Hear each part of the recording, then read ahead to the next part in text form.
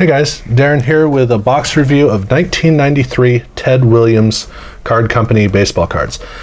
Ted Williams, this set was something created obviously by Ted Williams.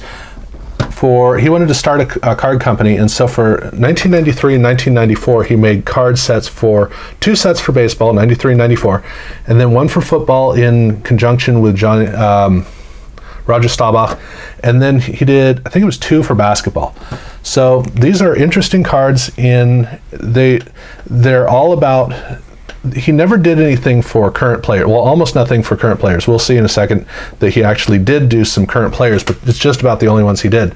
In basketball, he was doing college, and in football, he was doing legends, and here he was doing legends too. These cards are extremely, extremely high quality. They have a good glossy finish on them. The card back is, it's interesting, but the big thing is it's actually embossed. Every card is embossed up here, up at the top. I don't remember a main set with embossed cards prior to this. And so it has a really nice jewel-like quality.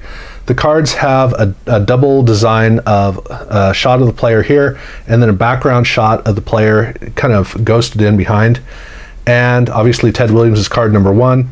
And so every single one of these cards comes through as a really fun card looking back at a very, very different time.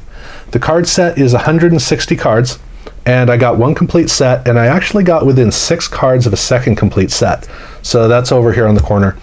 And then the doubles, just the straight doubles, are here. So you can see that comparison wise, it's not quite 3 sets worth of cards, but it's pretty close. And I did get one complete set and almost a second. So that was kind of cool. They also have a special insert set of cards of every single pack has 2 Pogs in it. So it's one frame with 2 Pogs, and it's a 26. It's a set of 26 of these. So there are technically 52 individual Pogs, although not quite, because you can see that there are 2 Lou Gehrig's. One is here with our man Ted, and then the other one's with a Yankees logo. And that's not the only one where and so also Ted Williams shows up a second time as well, along with the Ted Williams. So it's not quite 52 total of the actual Pogs, but these come one per pack. I got a complete set, and then because it's a 36 pack box and there were only 26 of these, I did get 10 doubles as well. And in here, this set has something neat. It's something common with the regular set as well. You start off with just a couple of these Pogs of individual players, and some of them have some specialty tokens as well. And then you get into teams from this era. So these are, I don't think it's all of the teams for the league, but it's most of them. But it is from the actual time. So like the Kansas City Athletics, not Philly, not Oakland. He went with Kansas City. And you get the Colt 45s, which I'm not sure what league that was in. But then after you go through all of these teams, then you go into, you have the 2 inaugural expansion teams that were happening in 93 and 94. And then you have a World Series, and you have the All-Star Game. So you have those as well. These are all blank backed. But then you get into the league whose name I never like to say. I'm extremely proud for the league's existence, but I just don't feel comfortable saying the name of the league. But this was the original African American Baseball League, and this is the teams that were in that overlooked or that underappreciated at the time league. And this Ted Williams card set wanted to really pay homage to that. So in the set, they have the main cards, which I showed you, and then they have a bunch of subsets. And the first one is that very league. I don't know what to call it because I feel uncomfortable saying the name. But it's cool to see the stars like Satchel Paige, but they have a green foil for the text, which makes these stand out beautifully. And the logo is isolated with the embossing. They also have the Girls Professional Baseball League. That was the name of it. So this was the women's league during the war.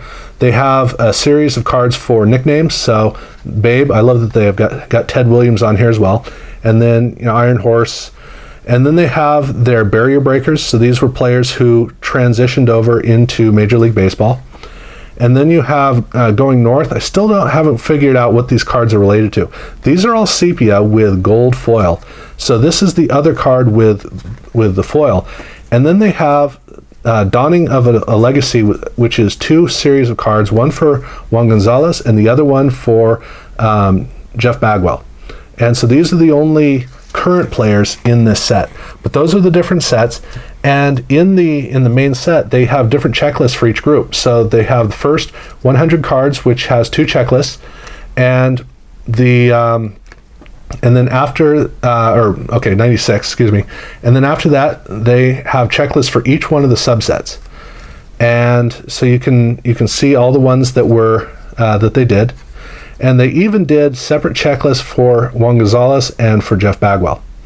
So 160 cards is the total number of sets, a lot of subsets, and it's great to see the cards, the players that show up in some of these. So in the main set, you've got players like Ted Williams and Lou Gehrig.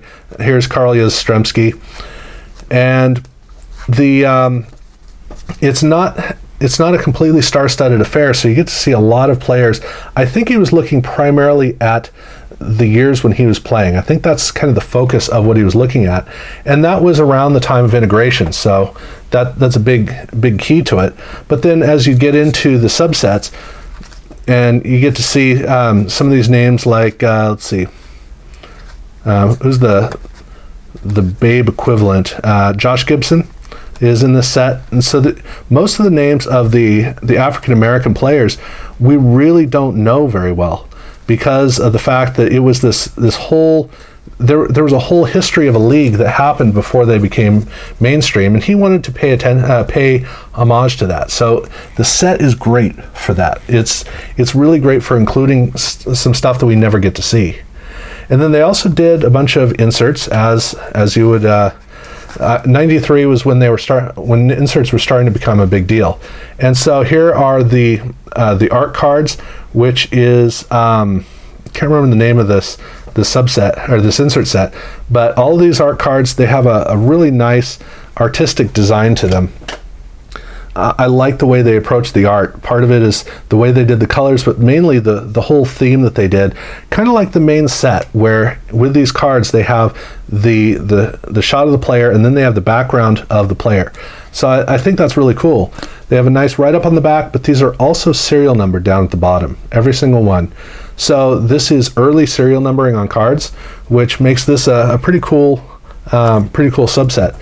They also had a subset that was looking at Roberto Clemente, and these have some bronze foil on them, and it's not too big of a set, but these in this box, I got one of these about every 9 packs.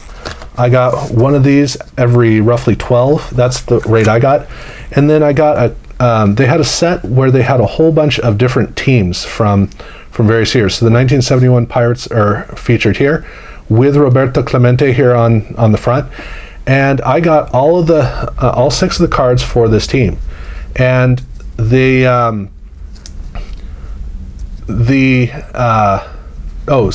all 5. So I've got a double of Manny Sanguillen, I guess is his name. So there are, I think, 4 teams. I think it's a 20 card set, but each box for the hobby, each box comes with one of the 4 teams. In the shrink wrap over it, there's usually a sticker on it that says, in this case, the sticker said Pirates. It could also say Dodgers. I can't think of the other two teams, but that means that in that box, these are the inserts for this the Memories. I guess the Memories 71 set. So I guess they're all from 1971, but this is the Memories set. And so you should be able to get a complete team, but like I said, there are 4, I think, teams in the complete set. So you would need to get all 4 of those regional boxes to complete the set. That's basically the way that it's laid out. So it was fun early on going through the cards. It's tough to read the names. It really is. As you're going through, the name is very small. Nothing really draws your eye down to it, and the cards themselves aren't all that intriguing.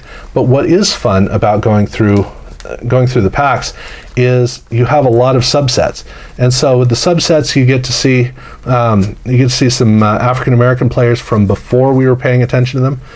You get to see a couple of different female baseball players from the war years, which rarely get to see this. In fact, this was about the time of the movie A League of Their Own. And then you get a really good collection of high-end popularity players that everybody's heard of. So, whether it's Willie May, or Babe Ruth, or all those. And so and then players that we are somewhat familiar with, who African American players we are familiar with, who had come into the league, but you get a good look at who those early players were. So that's what's fun about this, is that this is a fun collection of cards of veteran players. It's not just a bunch of veteran players, or I shouldn't say veteran players, legends. It's not a bunch of legends players just kind of dumped together in a big pile. This is a well-constructed set that is intended to really glorify and enjoy the history of baseball and the history of these players. So it's fun in that regard. It's fun to see all the different ways that they're looking at it. Most of the cards aren't all that great to look at. The inserts are fun to get. Some of these inserts do look pretty cool. But and I do have to say, I'm not a fan of Pogs, but these are really great. I love these Pogs that they did here in this set. So overall, this was a fun box to do, and I'm considering doing a box of 94 to see what that's like, because that should be a lot of fun too. But it is a very unusual opportunity as a card collector to see something that is different in every way, and it's always fun to find something that's just a different exploration in every way you can imagine. Different in terms that it's legends, different in the way the legends are done, different in the way that the set is built, etc., etc. So I had fun, and I wish the cards were more dynamic, were more intriguing. They weren't, but other than that, it's really not that's not an issue. That's just kind of the way that it is. But otherwise, this was fun across the board, and I wish people would do this kind of thing more often. This is one of those indicative of the 90s affairs where you're just thinking constantly out of the box. Oh, what a time to have been a part of collecting, and I was, and I had fun, and I'm still able to have fun now. So that's what I got to say about this. It was fun, it was neat, and I'm glad I did it. Thank you.